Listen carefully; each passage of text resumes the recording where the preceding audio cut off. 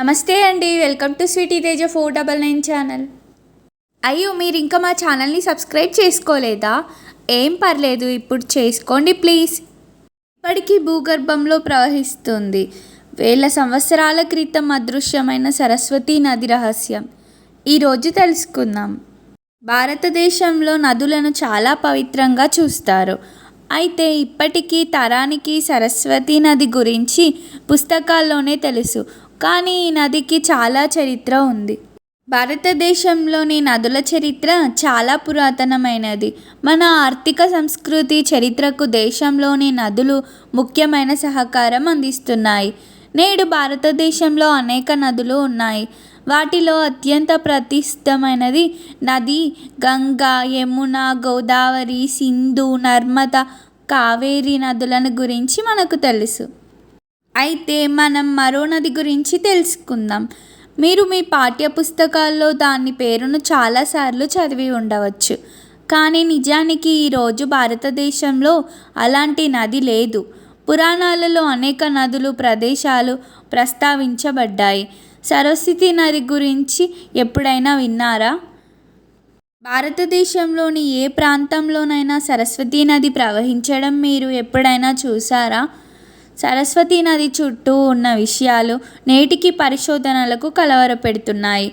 పురాణగాథగా భావించే సరస్వతీ నది వాస్తవానికి భారతదేశంలో ప్రవహించిందనడానికి పరిశోధకుల వద్ద కొన్ని ఆధారాలు కూడా ఉన్నాయి. వేదకాలంలో సరస్వతిని అత్యంత పవిత్ర నదిగా భావించేవారు. ఋగ్వేదంలో కూడా దీని ప్రస్తావన ఉంది. ఋషులు వేదాలను రచించారని, ఈ నది నీటిని తాగడం ద్వారా వేద జ్ఞానాన్ని పొందుతారని చెబుతారు.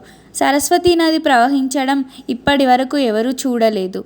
హిమాచల్లోని సిర్మౌర్ నుంచి సరస్వతి నది అంబాలా, కురుక్షేత్ర, కైతాల్, పాటియాలా గుండా ప్రవహించి సిర్సాలోని దుష్టవతి నదిలో కలుస్తుంది. పురాణాలలో సరస్వతి నదికి చాలా ప్రాముఖ్యత ఉంది. కానీ ఇప్పుడు ఈ నది భూమిపై లేదు. ఈ నది వేల సంవత్సరాల క్రితం ప్రవహించినప్పటికీ శాపం కారణంగా ఎండిపోయిందని పురాణాలు చెబుతున్నాయి. ఇప్పుడు భూమిపై సరస్వతి నది పేరు మాత్రమే మిగిలి ఉంది.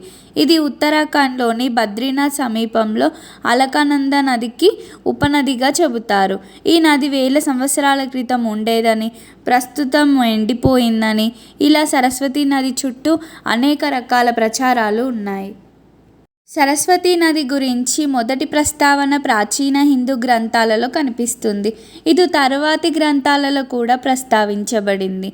ఒకప్పుడు హిందువులు పూజించే కొన్ని నదులలో సరస్వతి ఒకటి. శాస్త్రీయంగా చెప్పాలంటే హరప్పా నాగరికత కాలంలోనే ఈ నది ఉండేదని తెలిసింది. నిజానికి ఈ నాగరికతలోని అనేక ముఖ్యమైన భాగాలు సరస్వతీ నది ఒడ్డున నిర్మించబడ్డాయి. సరస్వతీ నది రామాయణం, మహాభారతంలో వర్ణించబడింది. ప్రయాగ, గంగా, యమున, సరస్వతి సంగమం. సరస్వతీ నది ఇక్కడ భూమి గుండా ప్రవహిస్తుందని చెబుతారు. సరస్వతిని పురాతన నాగరికతతో అతిపెద్ద, అతి ముఖ్యమైన నదిగా పరిగణిస్తారు. ఈ నది హర్యానా, పంజాబ్, రాజస్థాన్ గుండా నేటికి భూగర్భంలో ప్రవహిస్తుందని కొందరు అంటున్నారు. సరస్వతీ నది చాలా పెద్దది. పర్వతాలను దాటి మైదానాల గుండా వెళ్ళి అరేబియా సముద్రంలో కలిసిపోతుంది. దీని వివరణ ఋగ్వేదంలో ఉంది. నేడు ప్రజలు గంగను పూజించినట్టే ఆ కాలంలో ప్రజలు సరస్వతికి పవిత్ర నది హోదాను ఇచ్చారు. హిందూ పురాణాల ప్రకారం సరస్వతీ నది సరస్వతీదేవి రూపం. హిందువులు సరస్వతిని జ్ఞానం, సంగీతం, సృజనాత్మకతలకు దేవతగా ఆరాధిస్తారు. సరస్వతీ నదికి కూడా చాలా ప్రాముఖ్యత ఉంది. మహావిష్ణువు అవతారమైన పరశురాముడు ఒక క్రూరమైన రాక్షసుని చంపిన పాపానికి ప్రాయశ్చిత్తంగా చేసుకోవడానికి సరస్వతీ నదిలో స్నానం చేశాడని కూడా చెబుతారు. ఒకసారి వేదవ్యాసుడు సరస్వతీ నది ఒడ్డున కూర్చొని మహాభారత కథను గణేశుడికి వివరిస్తున్నాడు.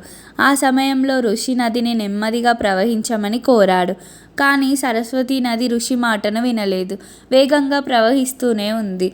సరస్వతీ నది ఈ ప్రవర్తనకు కోపంతో గణేశుడు సరస్వతీ నది అంతరించిపోవాలని శపించాడు. మహాభారతంలో కొన్ని భాగాలలో హర్యానాలోని సిర్సా పట్టణంలో ఎక్కడో అంతరించిపోయిన ఈ నది గుండా ప్రస్తావించాయి. పురాతన కాలంలో రాజస్థాన్ ప్రస్తుతం ఉన్నలాంటి ప్రాంతం కాదని భౌగోళిక చరిత్ర, పురావస్తు పరిశోధనలు సూచిస్తున్నాయి. రాజస్థాన్ ఒకప్పుడు సస్యశ్యామలమైన ప్రాంతం. ఇది గొప్ప నది, లోయ సంస్కృతికి ఆతిథ్యం ఇచ్చింది. మొహెంజోదారో, హరప్పా వంటి నాగరికతలకు ఈ ప్రాంతం చుట్టూ చాలా ఉన్నాయి.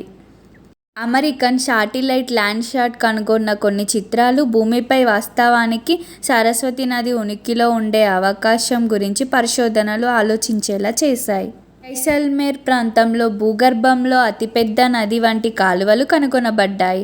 ISRO geological survey of India ద్వారా రీమోట్ సెన్సింగ్ చిత్రాలు అరావళి శ్రేణికి పశ్చిమాన 7-8 ప్రదేశాల్లో పెద్ద నది ప్రవహించే మార్గాలను గుర్తించాయి. ఇలాంటి మంచి ఇంట్రెస్టింగ్ విషయాల కోసం ప్లీజ్ మా ఛానల్ని సబ్స్క్రైబ్ చేసుకోవచ్చు కదా. Thank you all.